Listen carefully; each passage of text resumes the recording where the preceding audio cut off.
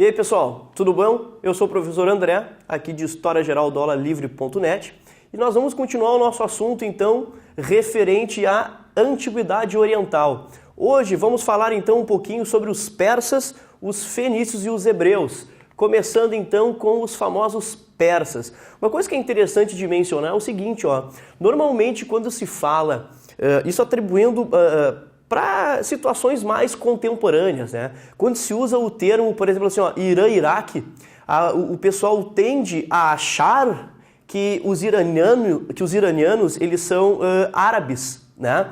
Mas atenção, olha aí, o iraniano não é árabe. O iraniano, ele é na realidade de procedência persa, não tem nada a ver com árabe. Mas sabe por que o pessoal confunde isso? O pessoal confunde isso porque na realidade o iraniano hoje, ele é islâmico, da mesma religião que o povo árabe é. Na realidade, a religião que surgirá com o povo árabe, né? Mas enfim, só um parênteses referente aí a esta região, a esta população, na medida em que os persas, eles surgirão da região do Irã, ali no Oriente Médio. Tá? E esses persas, então, eles estavam inicialmente divididos em dois grupos, a região de Medos e a região da própria Pérsia, certo? Aonde então eles seriam provenientes de levas indo-europeias, enfim, que são populações que estavam circulando por aquelas áreas ali. Tudo bem? Bom, existe uma série de governantes na história desse povo persa aqui. Desses governantes é importante destacar que o chamado Ciro, primeiro governante persa, a desenvolver uma unificação entre esses Medos, entre essa região de Medos e esta região Pérsia, dando origem, enfim, ao que vai ser o Império Persa. Tranquilo? Então a gente poderia pensar assim, o Ciro é o cara que desenvolve a unificação, tudo bem? Depois do Ciro vem um cara chamado Cambises, que ele vai pegar esta unificação e vai ampliar então as relações ou os territórios que os persas passarão a dominar. Esta ampliação feita por Cambises vai chegar até as margens do Mar Egeu na Ásia Menor, aonde eles vão encontrar esses persas uma série de colônias gregas, certo? Depois desse Cambises, aí nós temos o famoso Dário I, que ele vai já herdar então aquelas regiões todas que os persas dominam, que é ali da parte do Irã, passando por toda a Mesopotâmia, pegando então também as regiões ali pelo Egito e chegando até a Ásia Menor, ok? E esse Dário recebe isso tudo e decide navegar o Mar Egeu para chegar do outro lado do mar. E o que eu tenho do outro lado do mar? Eu tenho a Península Balcânica. E desse cara aqui, então, eu terei início as chamadas Guerras Médicas. Só que essas guerras médicas a gente trata quando formos então conversar a respeito lá da civilização grega, beleza? Bom, então o Dário basicamente é o que dá início a isso, certo? E depois do Dário eu tenho Xerxes, que é o cara que vai dar continuidade a essas guerras médicas aí, perfeito? Inclusive pensa no termo, guerras médicas vem de medos, certo? Tem nada a ver com médicos ou coisas desse sentido aí, beleza? E é importante destacar, né? Esse nome aqui, Xerxes, não te lembra nada não? 300 de Esparta, lá aquele personagem que será feito pelo Rodrigo Santoro, né? Onde nós temos o filme 300 de Esparta que retrata um dos momentos desse grande conflito que será entre persas e gregos. Bom, mas vamos passar então o slide e vamos dar uma olhadinha na economia dos persas. Os persas eles vão ter então uma situação que é a criação de uma moeda chamada de darico. Esse darico será desenvolvido pelo Dário. Tudo bem? E também um sistema de correios que era para agilizar a questão das mensagens de uma província para outra. Por quê? Porque como eles vão começar a conquistar muito território, é importante ter essa comunicação. E obviamente, vocês sabem que naquela época não existia telefone, não existia internet, não existia nada disso. Então, para se comunicar, velho, só mesmo mandando fulaninho ir até Beltrano para entregar determinada mensagem. Beleza? Uma outra coisa legal de pensar é a criação das satrápias, né, que vai contribuir para o desenvolvimento econômico então dos persas, na medida em que o império ele começa a se tornar mais complexo, maior, né? E aí então o que são essas chamadas satrápias, né? O que é a criação da satrápia? A satrápia nada mais é do que uma província persa. Tudo bem? Mas o que é uma província? Uma província, na realidade, é uma região, um território que será dominado por um determinado povo que vive em um outro território. Nesse caso, os persas, que foram originários de onde? Do Irã. Perfeito? Então pensa comigo assim, o persa tomou a região lá na Mesopotâmia, tranquilo? Na Mesopotâmia tem a região chamada de Babilônia. Essa Babilônia é uma província persa, logo é uma satrápia, tranquilo? Aí eu tenho que pensar outra coisa, essa satrápia ela será governada por um governante chamado de sátrapa, certo? E aí, gente, tem uma pegadinha frequente nas provas, que eles olham para vocês e dizem o seguinte: o sátrapa é os olhos e ouvidos do rei. Rei? Que rei? O imperador. O Camsés, o Dário, o Xerxes, enfim, certo? Só que não procede. Presta atenção. Os olhos e ouvidos do rei é um outro cara. É um outro cargo que terá a função de fiscalizar as satrápias, que terá a função de fiscalizar, então, os governantes.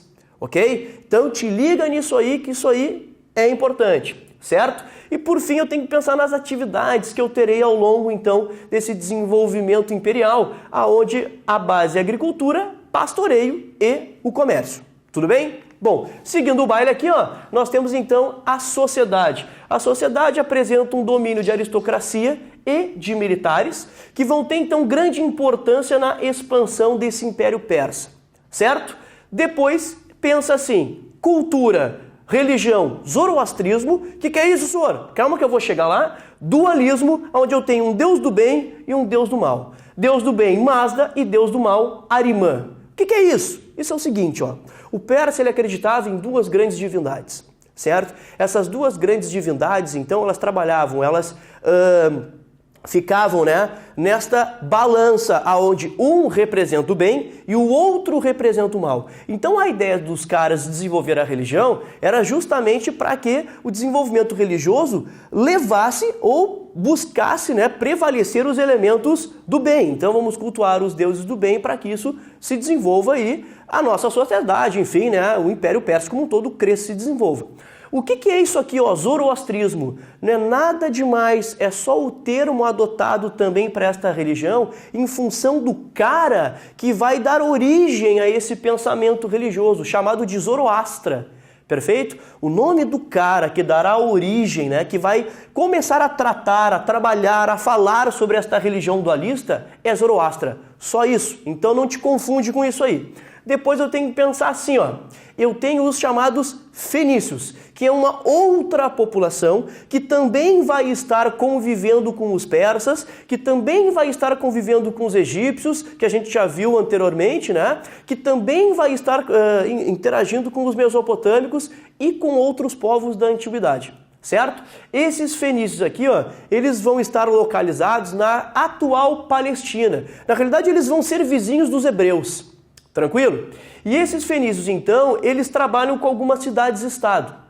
As principais cidades seriam Sidon, Ugarit e Biblos. E uma outra informação importante é isso aqui, ó, talassocracia. O que é isso?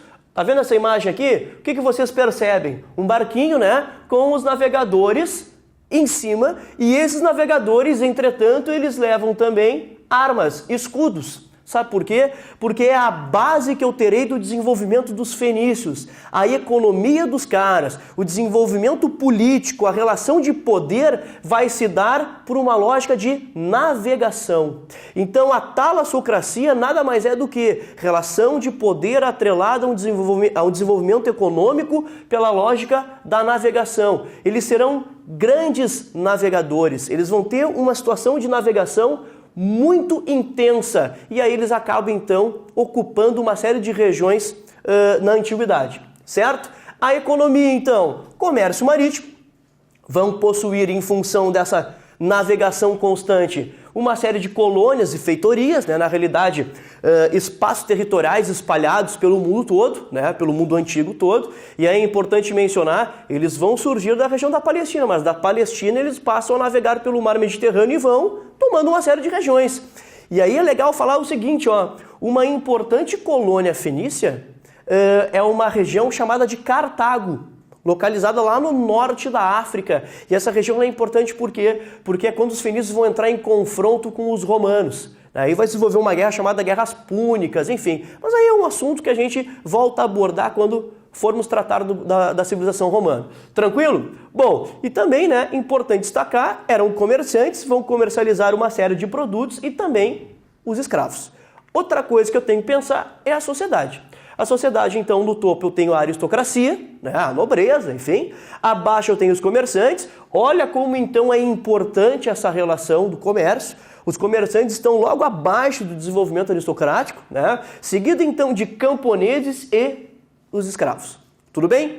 Seguindo, eu tenho, em aspecto cultural, legado, o que fica para nós, na realidade, dos fenícios, que é importante a gente destacar, é alfabeto fonético. Atenção, os fenícios foram os caras que deram origem ao alfabeto.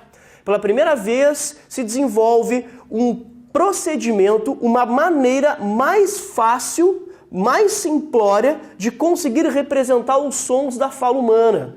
E aí eu tenho o desenvolvimento do alfabeto, perfeito? Do alfabeto fenício eu terei então os demais alfabetos surgindo pelo mundo afora até chegar no nosso alfabeto hoje, perfeito?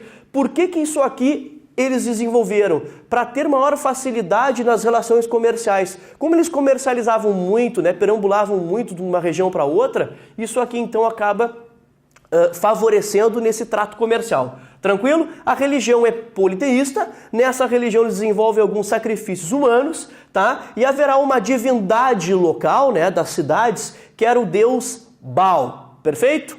Bom, depois, gente, eu tenho que pensar nos hebreus, tranquilo? Os hebreus correspondem à região da Palestina e de Israel, junto ao famoso Rio Jordão, tranquilo?